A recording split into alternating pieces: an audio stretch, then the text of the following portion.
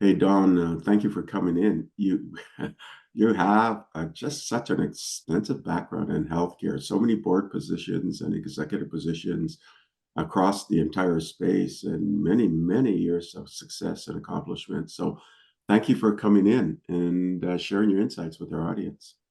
Thank you for inviting me. Glad to be here. Nice to meet you as well. You've got this wonderful career, and it's over many years across many different companies and more. And so much contribution.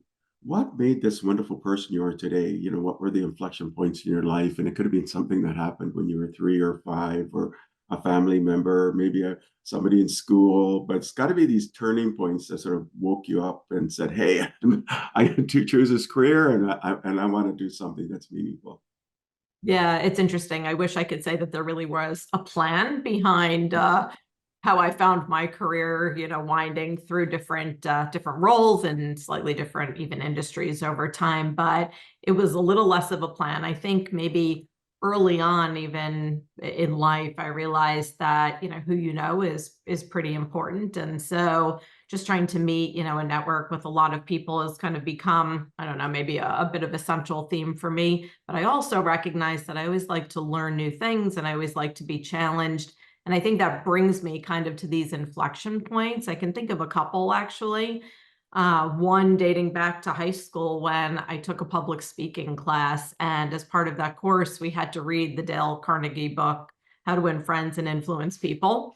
And, what struck me at the time, I guess, was just the lesson of everybody needs to win in a relationship. And if you can create that win for each of the people in the relationship, you can be more successful at the same time as the other party is. So, I kind of took that to heart, even as a 15-year-old, and thought about, how can you really apply that to the relationships that you had? And I talked already about, the network and people.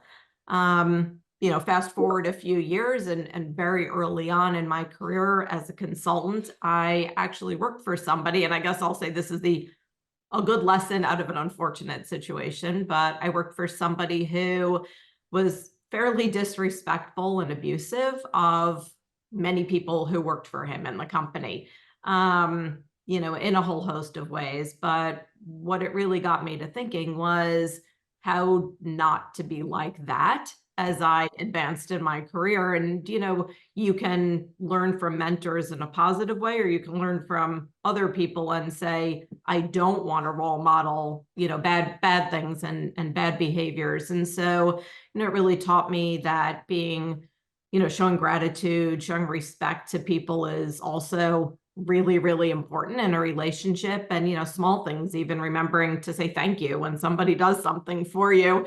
So that's kind of like a lesson learned about how I wanted to approach different roles and relationships again as I moved through my career. And again, that was very early on. And then, fast forward again, a few years later, I found myself while I was working as a consultant at a client, and I was working with the executive leadership team at this client. And one of them came up to me at the end of the meeting and said, "Come work for me."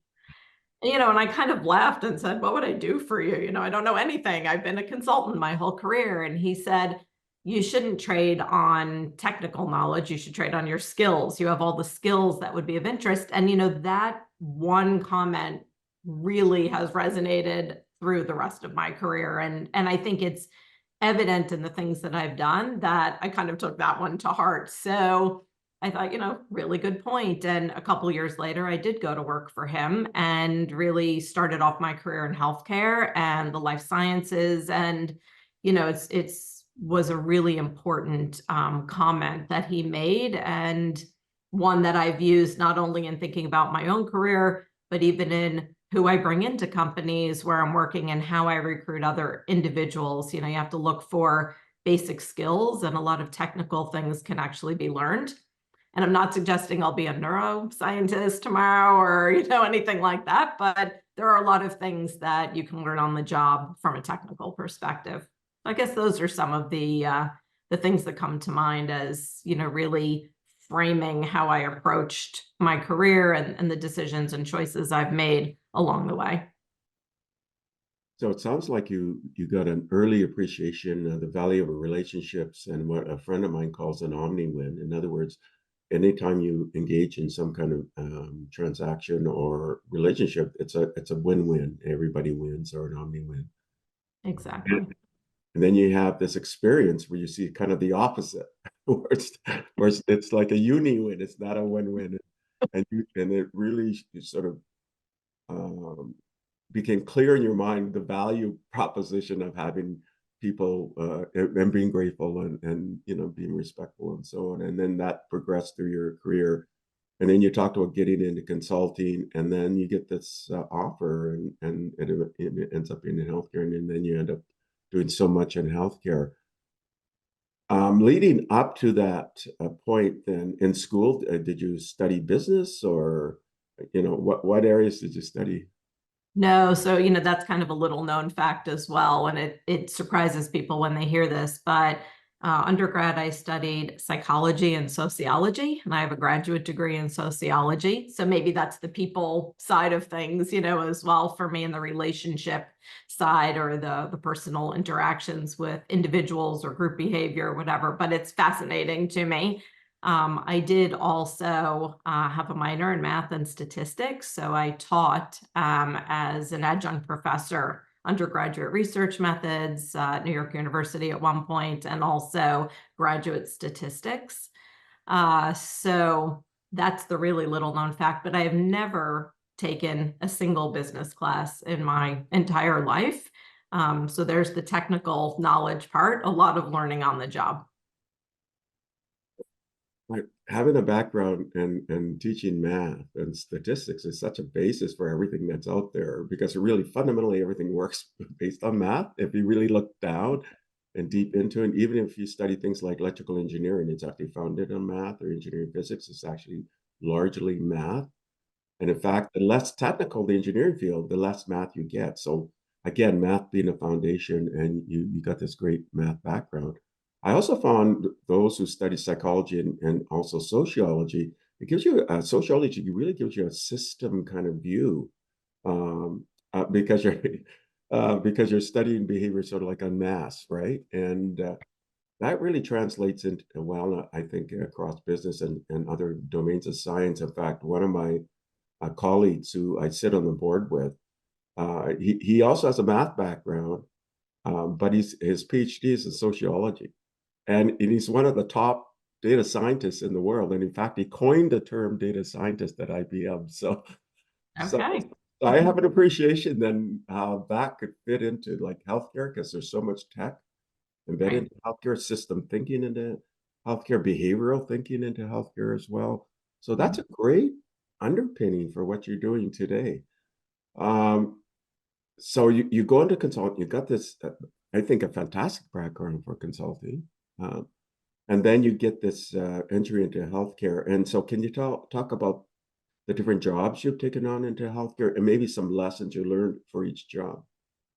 Sure. So, initially, well, I'll start out actually just by mentioning, as a consultant, I worked probably about 80% of my time outside of the United States. And that little fact becomes important as I moved into the roles within healthcare. So the first role really was for Medco Health Solutions, so a pharmacy benefit management company, fantastic company, spectacular people working there. I loved every minute of working there, and the colleagues that I got to meet. And again, it was a job that I took not knowing anything about the actual business. So, initially when I came in, it was how to learn what a pharmacy benefit management company does. And, I entered managing a client portfolio and really trying to learn all the features of pharmacy benefit management, how to work with a team, how to work with a group of clients, and to,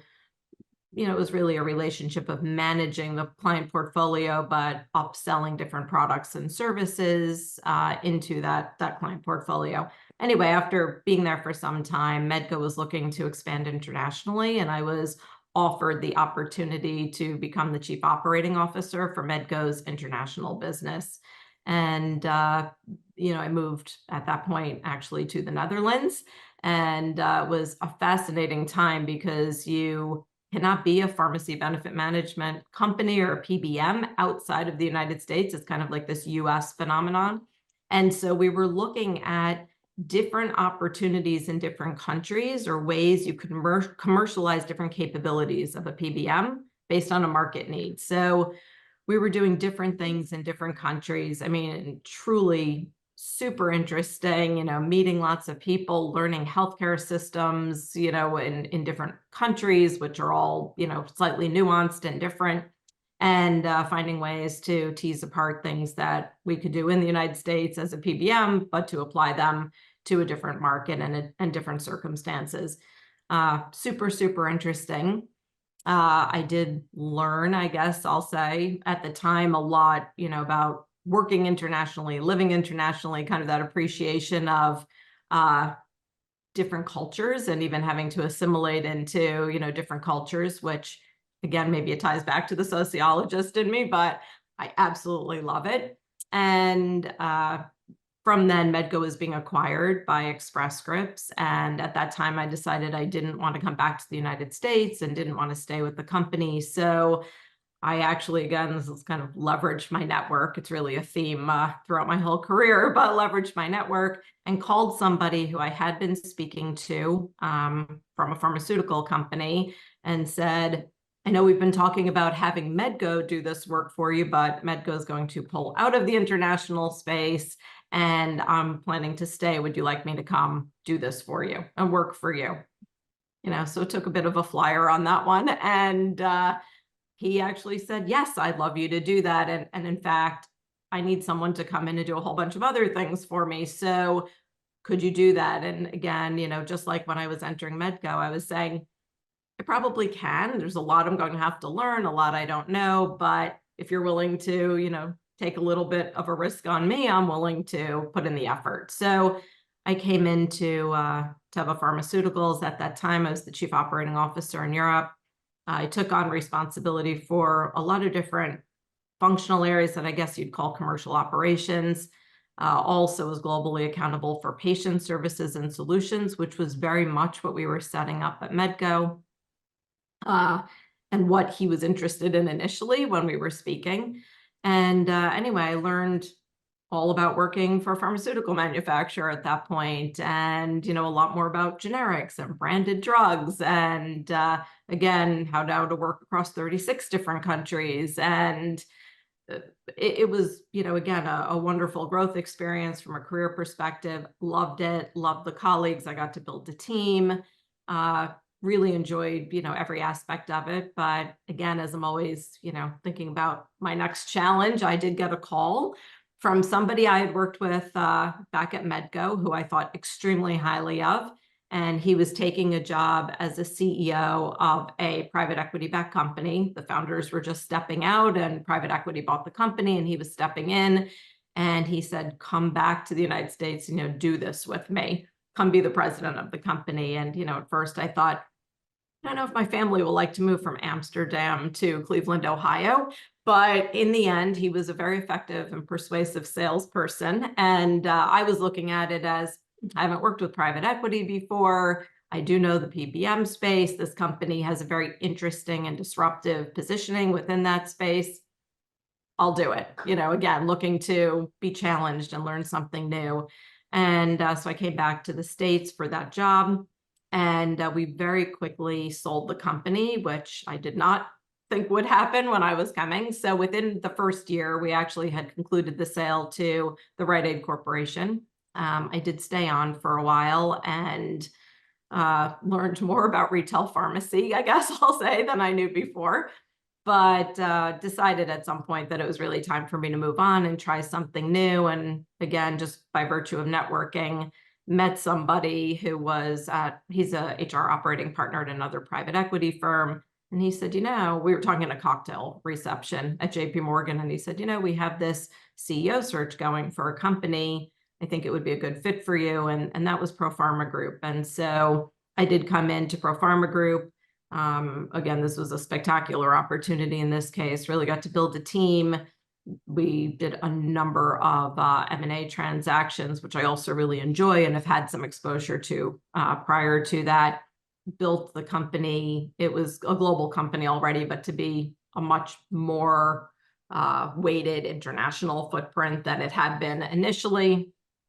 And took the company through a sale from one private equity sponsor to another.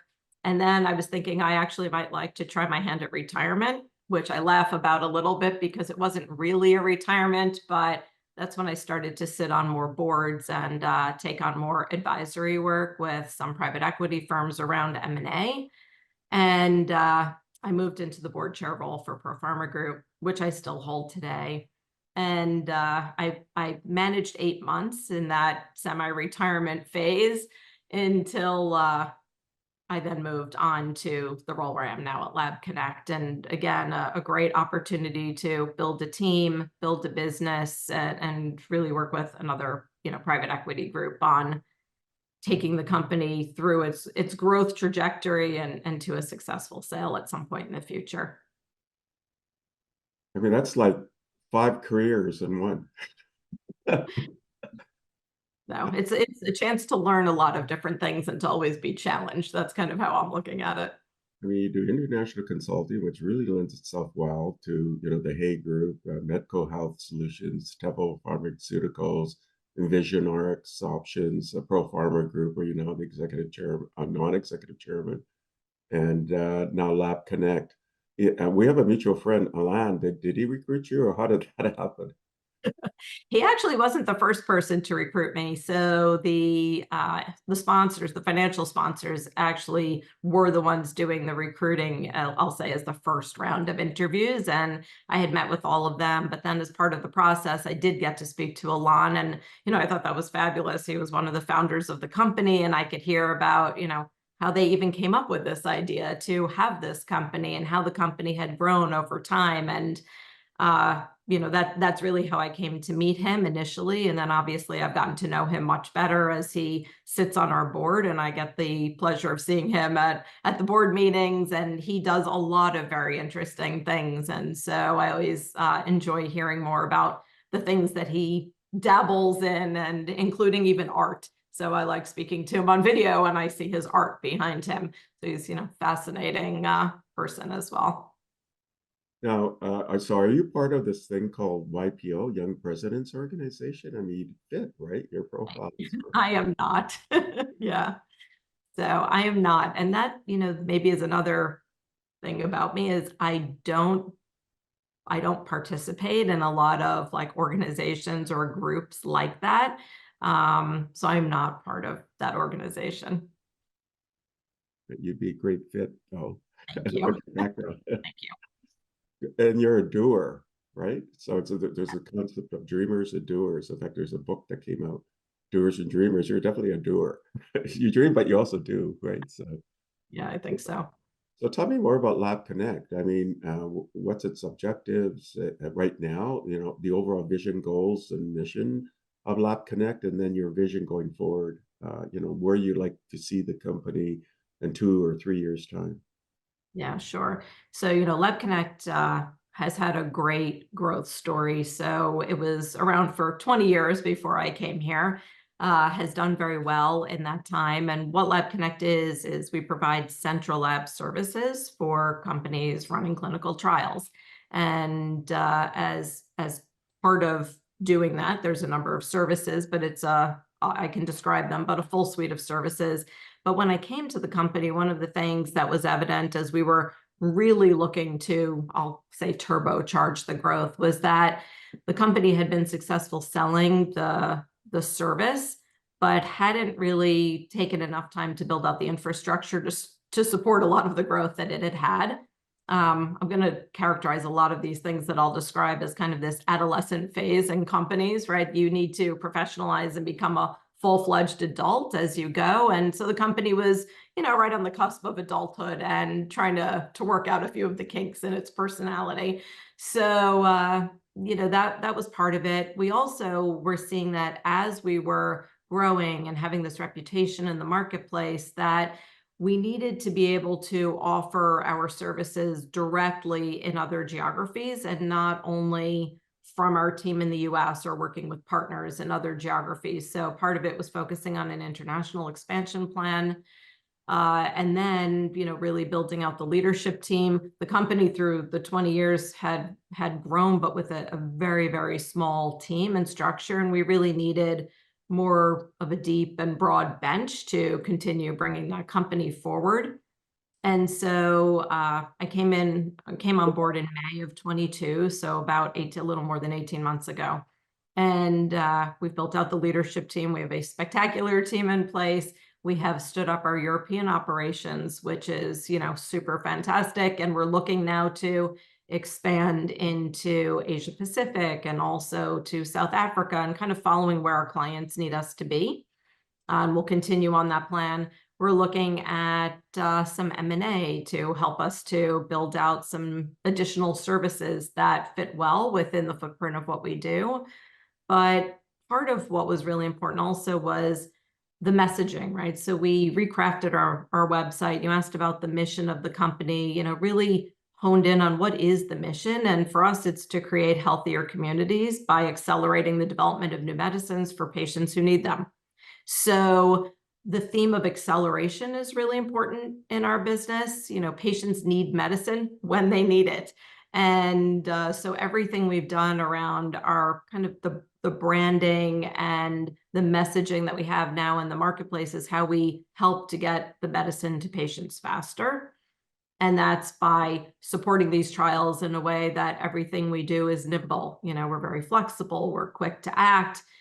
We want to work in a way that our clients need us to work to be very customer-centric and aligned with them, because in many instances, we're really working as an extension of their team to bring these medicines to the market. So that's really what we do. And, it's very, I'll say, patient-centric at the end of the day, in that it's all about getting that medicine to the patient who actually needs it.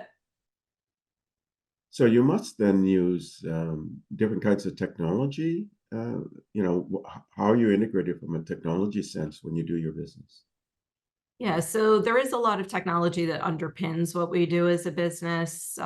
We use everything from Salesforce, right, to track our client relationships. We have a LIM system, so laboratory information management system, that helps with organizing data. We do actually collect a tremendous amount of data from the trials, all the test and lab results, which is a tremendous amount of the actual submission when somebody is trying to bring a drug to the market. And so we actually have just started thinking about, are there ways that the data that we have can be used to be more helpful as others are launching trials, either in a specific geography or a specific therapeutic area? And could this data that we actually have from the past help them to inform decisions that they make, again, to bring these drugs to the market in a faster way? So your clients, I guess, would be things like hospital groups. It would be research groups, I guess, pharmaceutical companies, things like that. Our clients are pharmaceutical companies, biotech companies.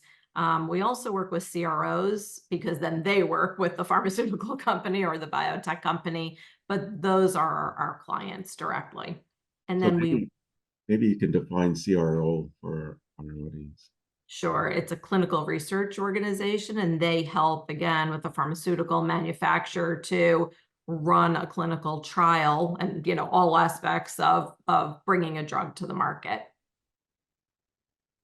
And where do you see your company, let's say, in 2 to 3 years' time? You're looking to be acquired at some point, or?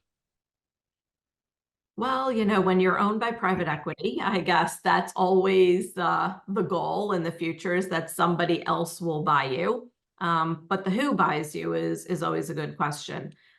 Within the next couple of years, I really think that, it's most likely we'll continue to grow at an accelerated pace. We're kind of operating like this well-oiled machine now, gaining a lot more market traction. I see us operating with a truly global footprint. Which is something I wouldn't have said 2 years ago, because we didn't have our own operating footprint globally. I think, the team will be bigger. People will get a lot more job opportunities within our company as a result of it. But where will the company be? Likely, I'm going to say one of two things, either owned by a much larger financial sponsor, or we could end up being assimilated into a strategic buyer, whether that's one of the large CROs that maybe doesn't own a central lab or have a central lab, so they need one, or it could be one that has one and thinks our model, which is fairly unique, could help to better position or grow their capabilities in that area. So it's hard to say what the final direction will be, but it will probably be one of those two things. Do you work with health alliances too, like the Washington Global Health Alliance, or you do work with CROs, so like Terasaki Institute of Biomedical Innovation, groups like that? We have some work, I'll say, with foundations or NGOs where they may be sponsoring some of the research that's done for drugs in other regions. So as an example, it could be, for TB related therapies and, focusing more on developing countries. And then there's an increased use of artificial intelligence or AI, and you see all of this news about large language models. Is your group looking at that, or is that something that doesn't quite fit what you're doing in your operations and the way you do your work? I think it's interesting. It's a great question. And I know everybody talks about AI and, every discussion that you have. I think that there are ways that it could fit, as I talked a little bit earlier about the future of how we can use and leverage the data that we have. I think that's a good application for AI in our business, more from, an analytics of large data sets perspective, and how you can draw information out of the information that you've already collected.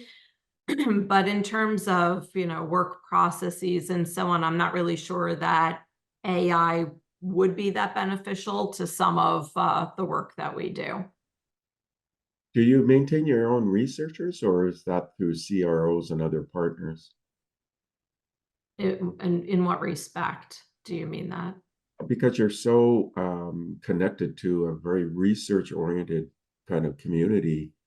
And then I was just wondering if you'd maintain even some researchers in-house, or I guess it'd always be through your client relationships, right?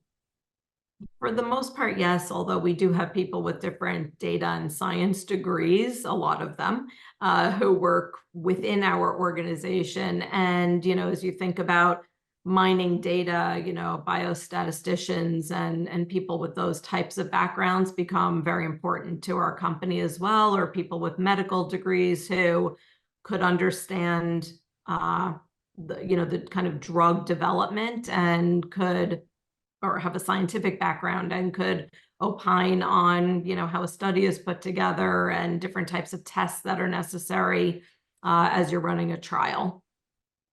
So if you look at the future of now the healthcare industry, because you're in a way a hub for different elements of the healthcare industry, do you have some kind of sense of where it's going? So I'm thinking, there's precision medicine, but now it's very personalized, using genetic markers for things, nano technologies. There's so much occurring in the biomedical innovation part, right? Even working with stem cells, or even 3D printing of organs. I mean, it sort of goes on and on. David Sinclair did a really interesting announcement. I guess he wrote a paper recently in Appeared in Time where they really focused on it just a few weeks ago.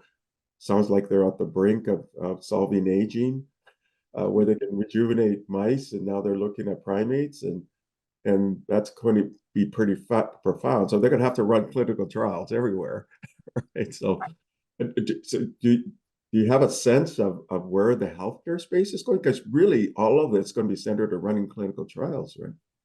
Right. And, I don't know that I want to say I have a sense of where it's going, because I think there's a lot of directions that it's going. And, a couple of years ago, as an example, everybody talked about cell and gene therapy and the importance of cell and gene therapy. We do a ton of work in cell and gene therapy, but the reality is we do work in all therapeutic areas, whether it's cell and gene therapy or, different types of molecules. So I guess that's kind of the benefit maybe of our model, is that we can support whichever direction the industry seems to move. But I think all the things that you mentioned, they're all fascinating developments, and there's just so much of it that that also supports why LabConnect is important, and has the right model to help any and all, I guess I'll say, of those directions that the healthcare environment may take to excuse me, be successful. Do you happen to work with Bob Langer's lab at MIT? Bob Langer, of course, has, he's, I don't know, created over, or he's been part of the founding or investing in over 40 companies. He's one of the most cited engineers in history. So I don't know, has your sort of ecosystem touched with his ecosystem at all? It's a great question. I'm not really 100% sure if the answer would be yes or no. So we partner with many different labs around the world, and that's somewhat study specific at times. We do have a partnership in the United States that was our, I'll say, primary reference lab with Cleveland Clinic. At this point, we've also been working for the history of the company with the Johnson City Medical Center. We have a partnership with a lab in Cologne that's a privately held laboratory, the Wisplinghoff Lab. But then there's many, many specialty labs in our network all over the world, because depending on the study and the trial and the type of test that's actually needed, we have this network of labs that we have, developed, I'll say, over time. And there are about 70 labs in the network. So it's just a little bit hard for me to be specific about who each and every one of those labs are. You indicated sort of a US footprint and a European footprint, also in Asia, parts of Asia, maybe Southeast Asia, Africa. India is part of that as well, right? Yeah, so we actually work fully on a fully global footprint today. However, our own operations at the moment are in the US and Europe. So we deliver services through partners in all the other geographies today. And some of these are partners we've been working with for 15 years already. Others we might find, and they're newer partners, depending on the specific needs of a given study. Yeah, I mean, I just came back from a leadership board meeting with the Terasaki Institute, and it was really interesting. One of the Indian members of the based out of India, the country of India, was indicating that you can run trials there so much more readily, perhaps, if you want to sort of speed up the process and then take those results and then, help to when you do FDA clearance and things like in the US.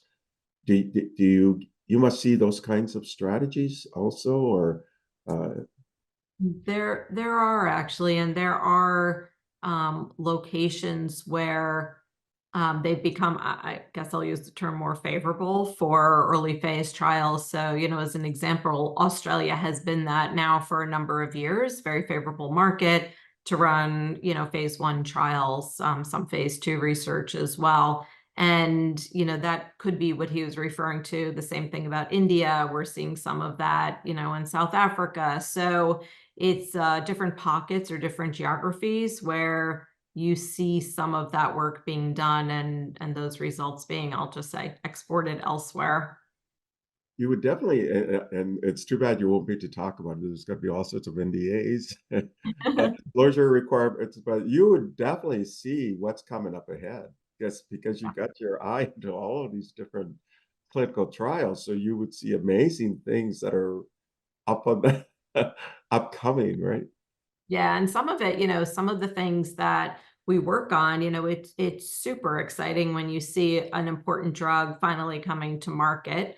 Again, I don't want to be too specific for the reason of these NDAs, but there is one example very recently, and people who work at LabConnect and have worked with this client for a number of years to finally see the drug coming to market.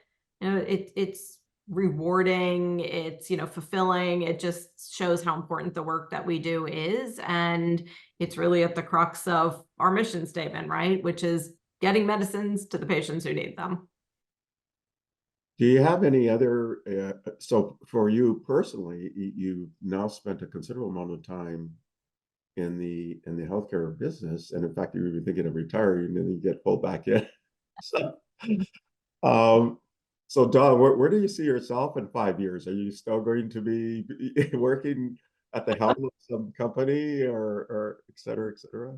I, I, It, I know you'll be sitting on boards, but are you going to be sort of active as well?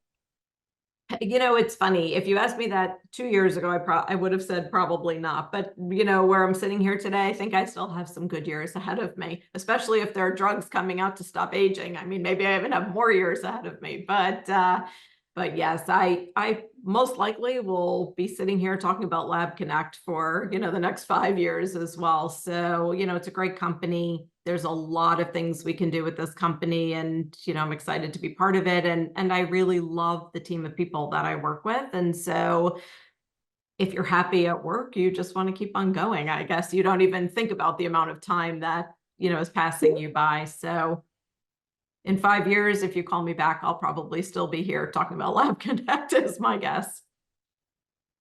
So let's go into a crystal ball again about the future, and I'll throw some ideas out, and then if you have any reaction to them or not, there's this confluence of supercomputing, what we call exascale supercomputing, which can do a billion operations per second.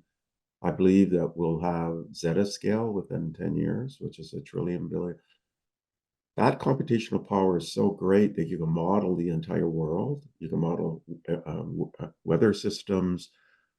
There's an attempt to model the entire human brain in a supercomputer where it actually duplicates all of the neurons, let's say 80 to 100 billion neurons, and let's say the 100 trillion synapses, and all of that to be modeled within a supercomputer. So there's that confluence of what's happening on the computing side, and we have quantum computing, right, where you're getting niche applications, and definitely in the pharmaceutical industry, quantum computing will be transformational because you can solve nature kind of problems, which are definitely embedded into healthcare, in what we call polynomial time. So you can do it. You can get a deterministic actual answer, and it's not going to take 10 million years. So I'm going to talk about other areas I think are transformational. Do you see any elements of that in the work you're doing with all the research groups and CROs and so on? Wow, I think everybody is looking for every way possible to better leverage data, whether it is just to do maybe more simple things than what you're talking about, like inform better decision making earlier in a research process or study. But I am sure that as you're describing, as people begin to use data at a much more sophisticated level, it will probably start informing a lot more than just some smarter decision making. I think it will probably be driving some of the decisions rather than just informing them, if that makes sense. But that's kind of what comes to mind now, and I think everybody is looking already at ways to better leverage information and data that we already have access to, and how it can help us to work smarter, faster, and better, going forward. There's this Japanese scientist in 2006 called Yamanaka factors. These kind of four factors, and he discovered that you can take an adult cell and you can regress it into a pluripotent stem cell by applying these four factors. And then from that idea, he got a Nobel Prize, I think, in 2012.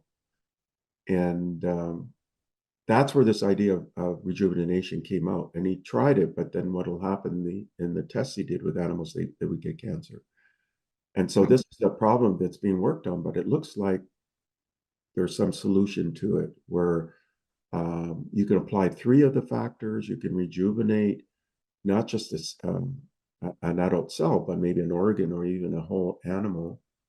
And can you imagine that? Like a mouse that sort of, from an aging standpoint, it's like 90, now it's 24 in essence, or an organ within that mouse using these three factors. You can inject it, but then what you can do is you can unlock it with an antibiotic like deoxycycline, I think, or something like that. You can then unlock it. And it's a really, really interesting work, which means that it has to go through tons of clinical trials. Right now, they're going to go to primates, and then it'll be human trials. Do you ever think about the philosophical elements of that? I mean, can you imagine if you could take an injection, it gets unlocked with a antibiotic, and you could be young again. And then what does that mean to society?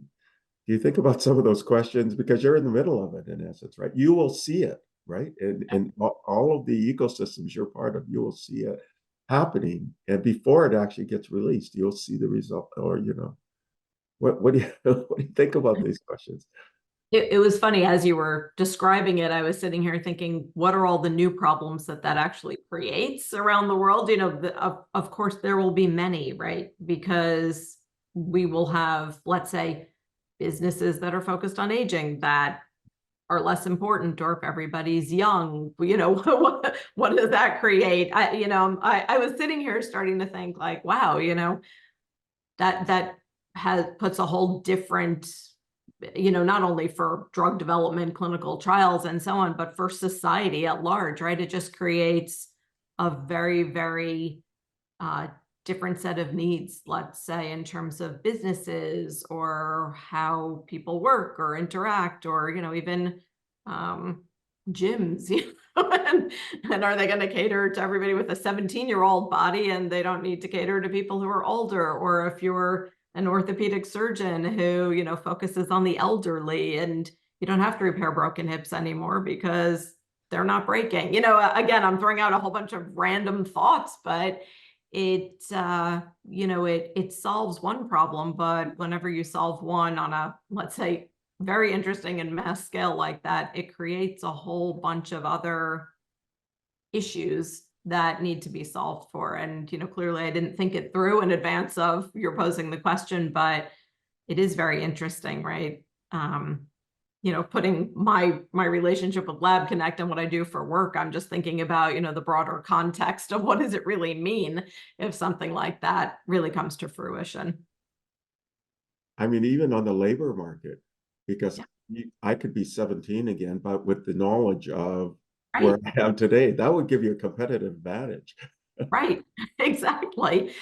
So, that's what I mean. It creates a whole set of issues that would need to be solved for. And, if we spent another 3 hours, we could probably whiteboard many, many things that would need to be considered. So, it's a very interesting, I'm sure it's interesting to a lot of people to think, oh, I could be 17 again. But then when you start to think about all of the Yeah. downsides to society of everybody being 17 forever, there's clearly some upside, but there's, I think, a lot of questions that would need to be answered about how things continue to function. Do people continue to even go to school to get educated if they never have to have a job, because we're going to be around forever and we have all the knowledge, so we'll just keep working.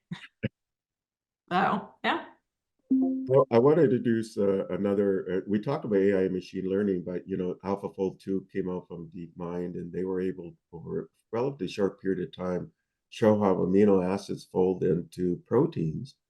And the folding of proteins is responsible for all sorts of different kinds of diseases and challenges, but also treatments and so on. If you can somehow alter or control that folding, or misformed proteins could be the heart of a lot of the problems that are in humans, for example, Alzheimer's, right? Uh, Mhm. and there's another model called ESM fold, where they were able to identify how amino acids could fold into 600 million proteins. And 3 years ago, maybe the maximum number 3 or 4 years ago, the maximum number you had discovered was about 250,000. So go from 250,000 to 600 million. That's the impact of AI and machine learning. And that's going to transform the pharmaceutical space, but it'll then transform what you do from a clinical trial standpoint as well. Any thoughts on that? Because again, because you're the hub of all of this happening, right? So Yeah, I don't know that I have any thoughts on it. I think again, it's kind of supportive of the model. However, it's only supportive perhaps of the type of model that exists today with trials if you need to keep doing trials. You know, at some point, do you need to, or do machines actually give you enough specific and accurate information that you don't need the trials anymore? And you know, as if you keep thinking about AI and machine learning, at some point, can they answer all of the questions that a trial actually does answer? That's fascinating. Yeah, again, I mean, I was at the leadership board meeting of the Terasek Institute for Biomedical Innovation. We toured their lab, Mhm. and you're right. We can actually at least shorten. There are these things called microorganispheres or moss, where we can create a sort of like an exact duplicate of what happens in a sphere, hydrogel sphere of a tumor and the surrounding cells and the support cells, the immune system. You can capture all of that, and you can do all sorts of therapeutics at it and see what happens, right? And you can replicate this like a million times, but you Right. don't need a human being. But at some point, you still will have to do a clinical trial, but it should shorten it. I'm thinking because you can even take a cell from a patient who already has some kind of tumor or something. So it's very precise and personalized, right? So Exactly. Or, you know, or does it become sophisticated enough that you don't need to take the cell from an actual patient who has the tumor, but they can grow the tumor yeah. from cells that they've collected? So, yeah, I mean, I think that there's going to be all sorts of interesting things as science continues to advance, as technology continues to advance, and they come together, right? There's clearly the intersection of the two. But I do think, you know, initially we might see it as accelerating new medicine development, but over time, maybe it also reshapes the pathway that it takes to develop something new. Well, you live at the confluence of all of this. A pretty exciting position you're in, Dawn. So, Yeah, you know, like I said, I like to learn things and find things that are challenging and interesting. So I found myself here. and it sounds like you want to continue this journey for the foreseeable future. Do you have any sort of closing thoughts that or areas that we missed that you want to talk about? And then I'll ask one final question. That's recommendations to the audience. Yeah. I don't know that, you know, there's really anything that we necessarily missed. I think we've covered a lot of ground, and you know, I think that just kind of reflecting on how I've gotten to where I've gotten, like I said, I think that kind of that the power of the network, and every step was always through a relationship or someone that I've known. And it probably does tie to your last question as well. So maybe I'll let you ask the question and then I'll keep answering. Yeah, what I've heard, even throughout this entire chat with you, is that you're always looking at the boundary layer too.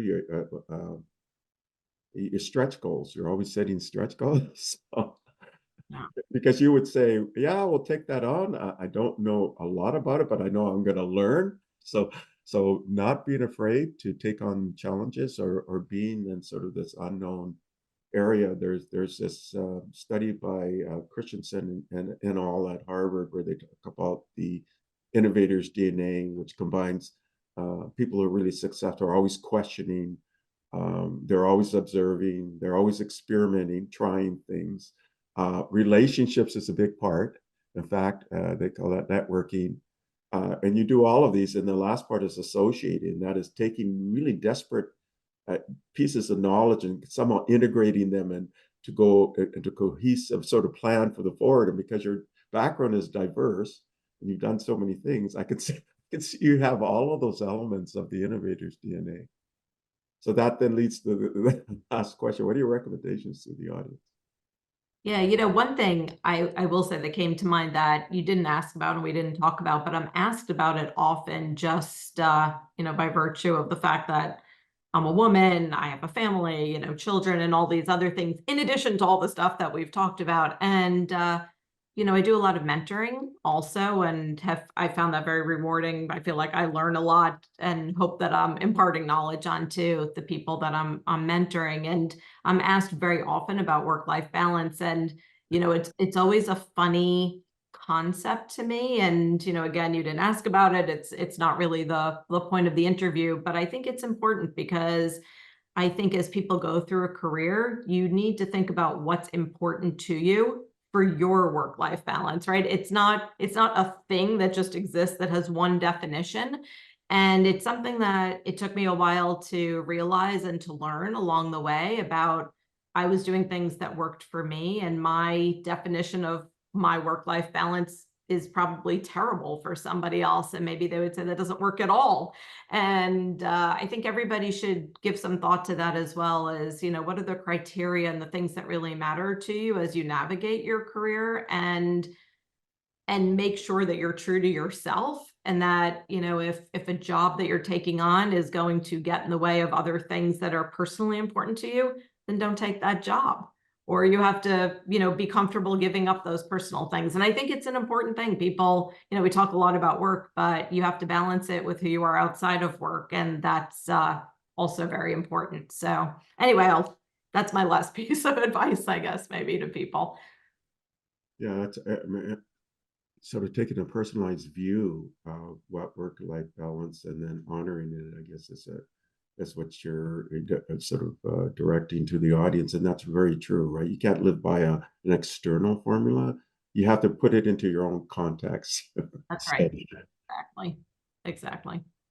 well, Don, just a marvelous career, just such a wonderful example of leadership and innovation and being proactive at things as well. And I mean, just across the board, you're just a really outstanding professional background and just amazing things you've done. So thank you for coming in and sharing your insights with our audience here.